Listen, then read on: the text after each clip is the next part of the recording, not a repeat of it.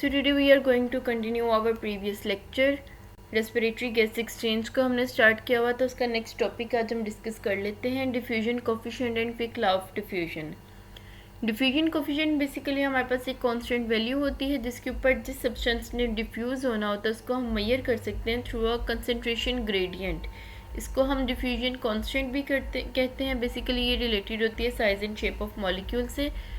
फिक law of diffusion, diffusion is well describe by Fick law of diffusion. Basically इस law के according हमारे पास amount of substance जिसने diffuse होना होता है वो डायरेक्टली प्रोपोर्शनल होता है डिफ्यूजन कोफिशिएंट के area through which diffusion occur and the concentration gradient.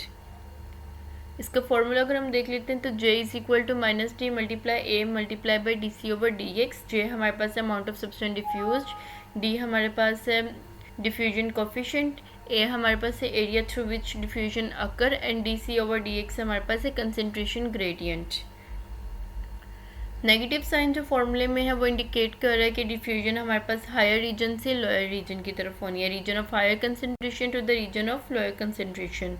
Diffusion coefficient reduce हो जाता है अगर साइज ऑफ मॉलिक्यूल ज़्यादा बड़ा होता है। Molecular size of diffusing substance is increase, it increase when the size is decrease. Smaller molecule diffuse rapidly than the larger one. Diffusion of oxygen, diffusion of oxygen from atmospheric air into alveoli। Atmospheric air से alveoli में oxygen किस तरह से enter होती है और कितने pressure gradient के साथ एंटर होती है। तो बेसिकली जो एटमॉस्फेरिक एयर में ऑक्सीजन मौजूद होती है वो 159 मिलीमीटर ऑफ मर्करी होती है और एल्वुलाई में जो है वो 104 मिलीमीटर ऑफ मर्करी है। मतलब इनका प्रेशर ग्रेडियंट हमारे पास होगा 55 millimetre of mercury. Pressure gradient हम कैसे कैसे कैलकुलेट करेंगे, 159 में से 105 को हम माइनस कर देंगे तो हमारा प्रेशर ग्रेडियंट आ जाएगा। सो 55 मिलीमीटर ऑफ मर्करी के प्रेशर ग्रेडियंट पे ऑक्सीजन इजीली जो है वो एटमॉस्फेरिक एयर से एल्वुलाई के अंदर एंटर हो जाएगी। देन अब एल्वुलाई से ब्लड की तरफ किस तरह से किस डिफ्यूजिंग कैपेसिटी से वो मूव करेगी। ब्लड जो है जब पल्मोनरी कैपिलरी में से गुजरता है तो आरबीसीज जो हैं वो ऑक्सीजन को सिर्फ 0.75 सेकंड के लिए एक्सपोज होते हैं एट रेस्ट कंडीशन और 0.25 सेकंड के लिए एक्सपोज होते हैं एट स्वेयर एक्सरसाइज कंडीशन। तो डिफ्यूजन इस कंडीशन के अंदर इन सेकंड्स के अंदर ज़्यादा क्विकर और इफेक्टिव होनी चाहिए और ये फॉर्चुनेटली पॉसिबल भी होता है प्रेशर ग्रेडियंट की वजह से, क्योंकि पार्शियल प्रेशर ऑफ ऑक्सीजन जो पल्मोनरी कैपिलरीज में होता है वो 40 मिलीमीटर ऑफ मर्करी होता है और एल्वुलाई में जो है वो 104 मिलीमीटर ऑफ मर्करी होता है। मतलब इन दोनों का प्रेशर ग्रेडियंट जो है वो हमारे पास होगा 64 मिलीमीटर ऑफ मर्करी। ये फैसिलिटेट करता है डिफ्यूजन ऑफ ऑक्सीजन को from alveoli to the blood. उसके बाद हम बात कर लेते हैं डिफ्यूजन ऑफ कार्बन डाइऑक्साइड की। अब ब्लड से एल्वुलाई तक कार्बन डाइऑक्साइड किस प्रेशर ग्रेडियंट से जाती है। जो कार्बन डाइऑक्साइड का पार्शियल प्रेशर होता है एल्वुलाई के अंदर वो 40 मिलीमीटर ऑफ मर्करी होता है और ब्लड के अंदर 46 मिलीमीटर ऑफ मर्करी होता है। मतलब कि इनका जो प्रेशर ग्रेडियंट हुआ वो हमारे पास 6 मिलीमीटर ऑफ मर्करी होगा जो रिस्पॉन्सिबल होगा डिफ्यूजन ऑफ कार्बन डाइऑक्साइड का from blood into the alveoli. और देन एल्वुलाई से एटमॉस्फेरिक एयर में कैसे जाता है, तो एटमॉस्फेरिक एयर में partial pressure of carbon dioxide जो है वो 0.3 मिलीमीटर ऑफ मर्करी होता है और एल्वुलाई के अंदर 40 मिलीमीटर ऑफ मर्करी होता है। दैट्स वाई वो हायर कंसंट्रेशन से लोअर कंसंट्रेशन की तरफ मूव करता है और कार्बन डाइऑक्साइड जो है वो एटमॉस्फेयर के अंदर इजीली मूव कर जाती है through from the alveoli. Exchange of respiratory gases at tissue level अब किस तरह से हो रहा है ये तो हमने देख लेना। और जो हमारे पास एल्वुलाई टू ब्लड और ब्लड टू जो है एल्वुलाई और देन एटमॉस्फेयर में जो हो रही थी, अब हम देखते हैं टिश्यू लेवल के ऊपर हमारी किस तरह से होती है।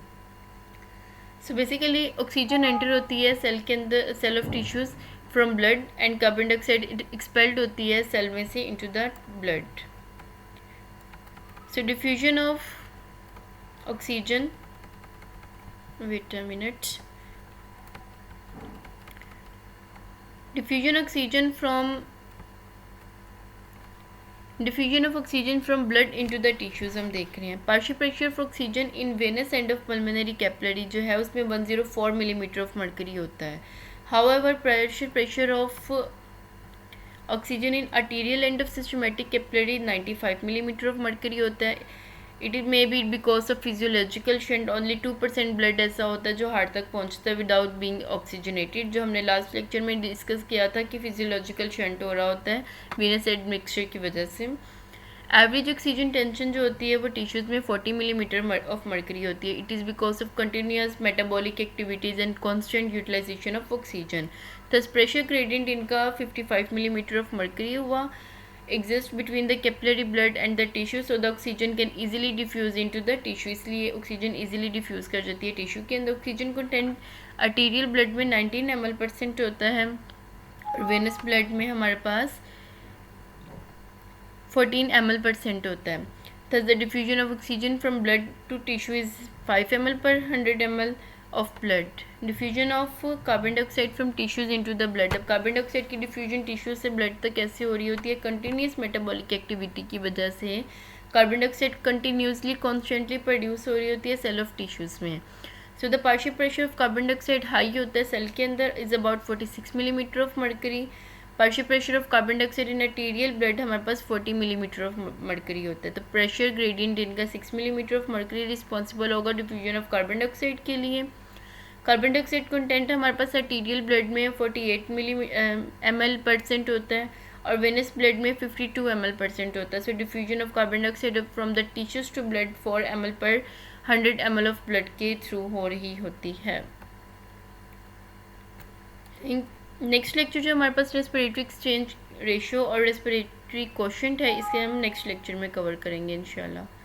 Thank you.